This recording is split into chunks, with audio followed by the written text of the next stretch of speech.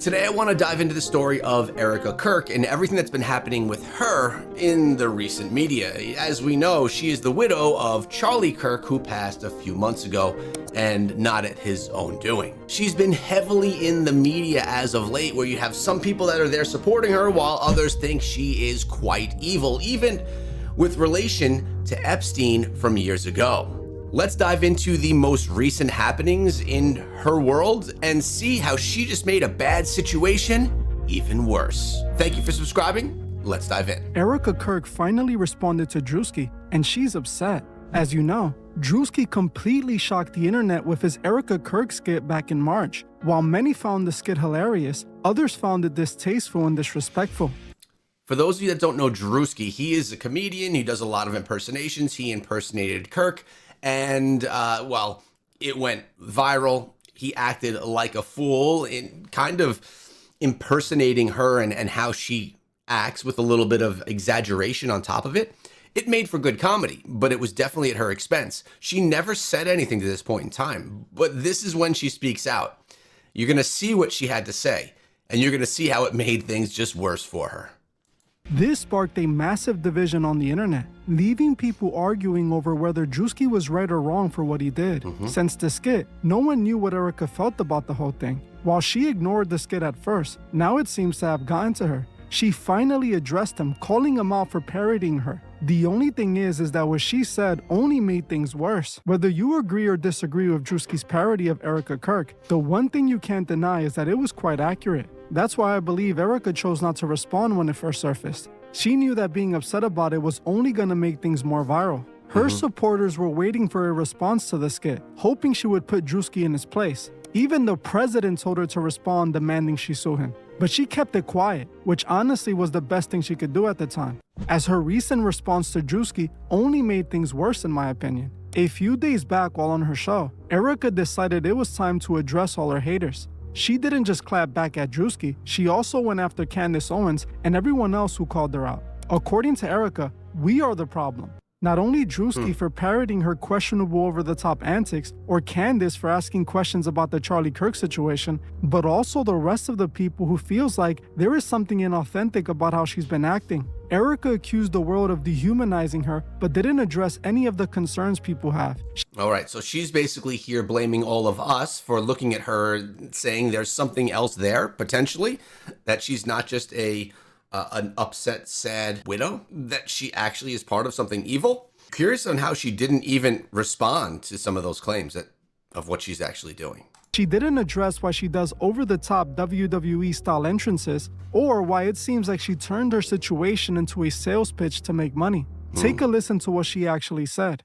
What I've realized through all of this, truly, having lived through quite literal hell these past 7 months, if you strip someone of their humanity long enough, you will arrive at the chilling conclusion that they don't deserve to exist at all.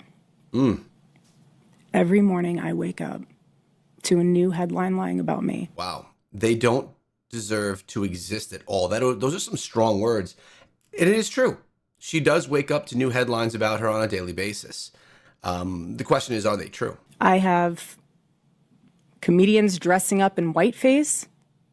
I have people saying I'm not fit to be CEO. And I have Candace Owens claiming I murdered my husband. And the list goes on and on and on. It doesn't help that she has an intense stare. Now, this is just something that she does. I mean, I've got an intense face myself, but she's got this intense stare where she looks into the camera and you just feel like she's burning through you.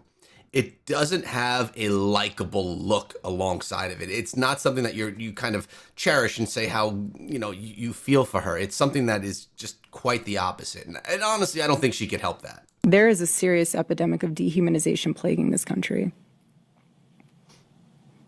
According to Erika, we are the problem. While she addressed Druski and others, she didn't address why people are saying these things about her to begin with. Think about it. Her actions are what give people like Druski the fuel they need to parody her. If she were being authentic and not using her situation as marketing to sell books, Druski's skit would have been a reach. This is why she is deflecting. For example, she called out Druski for wearing the mask and tried to make it a racial thing. But this has absolutely nothing to do with that. This was a masterclass in manipulation. She wanted to take the attention off the fact that he was right. I agree. This was not a race thing. He was just playing a skit, and it happened to be a black man playing the skit of a white woman. This was not him trying to do anything racist whatsoever. It was trying to put on a comedic skit. The skit focused entirely on her actions. Instead of addressing Druski wearing a mask, she should have addressed why she does all those over-the-top stunts. Just the other day, she came out on stage with the same antics. Again, people were comparing it to a wrestler's entrance. Please welcome Turning Point USA CEO and Chair, Erika Kirk. It does. It does. Wow.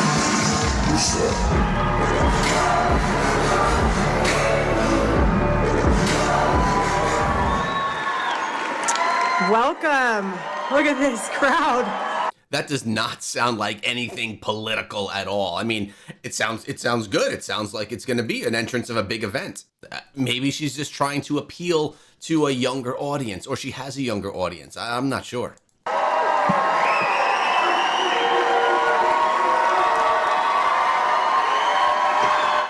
She keeps doing it to herself. People can see when you're putting on an act.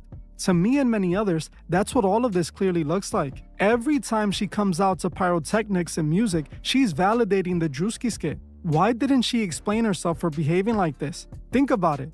She never said Druski was wrong. That was the most telling part about all of this. She knows that if you put the Druski skit side by side with her recent appearances, you can't tell the difference. Shoot, I literally thought it was Erika when I first saw the skit. My point is, Druski isn't wrong for what he did, and we aren't wrong for noticing it and agreeing with him. In today's world, people monetize anything and everything. That's exactly what I feel Erika did. Instead of playing the role of a grieving widow, she turned into a CEO and instantly tried to find ways to maximize her profits. Now, I can say for sure that after Charlie died, she became a lot more in the spotlight than she was prior to his death. And writing that book so quickly after his death, I mean, that's just a bad look. I mean, us as normal human beings, if we lose someone like our spouse, I would still be grieving months after, years after their death. I don't know how I could actually write a book. Now, in all truth, she probably didn't write the book at all.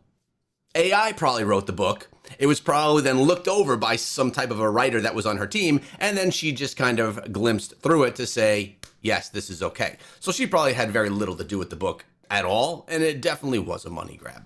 It's hard to buy into the idea that she's genuinely grieving when, since it happened, she's been turning TPU into the Erika Kirk show.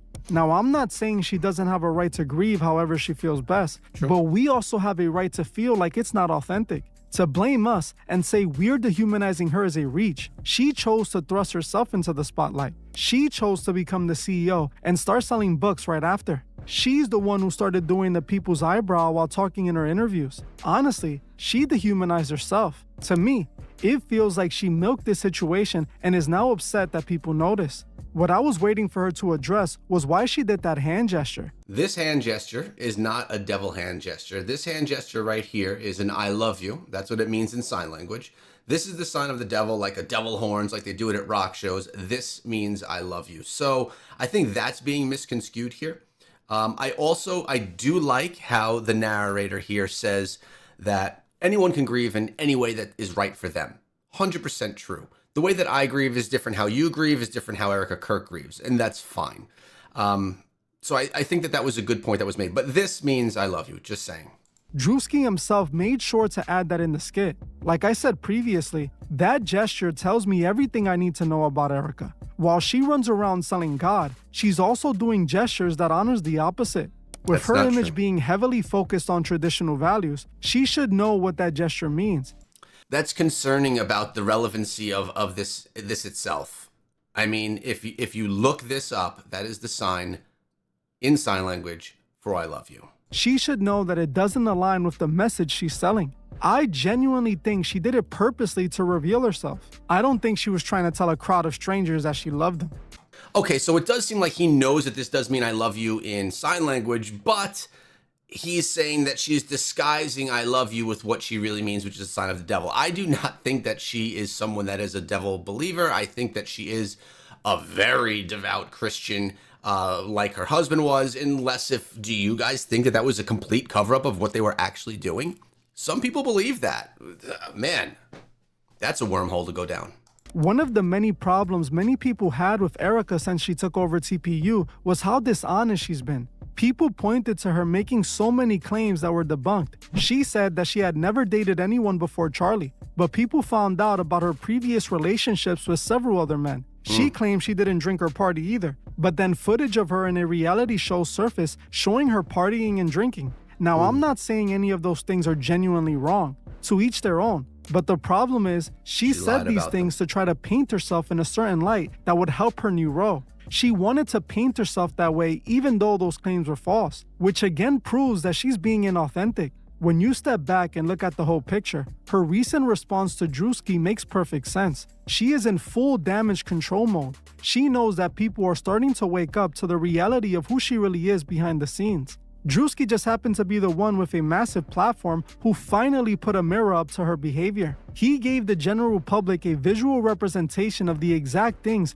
we have been calling out for months. She refused to look in that mirror and take any accountability. Instead, she chose to attack him, choosing to play the victim card and accuse everyone else of dehumanizing her. The truth is, her own actions are doing the exact thing she is complaining about. This is a classic deflection tactic. By pointing the finger at Druski and Candace Owens, she creates a smokescreen. She is banking on the outrage to distract her audience from the legitimate questions being asked about her past and her current motives. And there's claims that people inside of government have been doing this with everything that's going on in government right now as well, putting up smoke screens to shy people's faces and attention away from what's actually happening with the Epstein files being released. If you watch her recent interviews closely, you can see the cracks in the facade. Pay attention to her body language. The way she shifts her eyes and overly exaggerates her tone when she brings up Druski shows a highly calculated performance. She is clearly reciting rehearsed talking points to force a specific emotional reaction from her audience. She knows exactly which buzzwords to use to keep her supporters engaged and angry. She is trying to tightly direct the narrative and keep her core supporters blinded to the truth.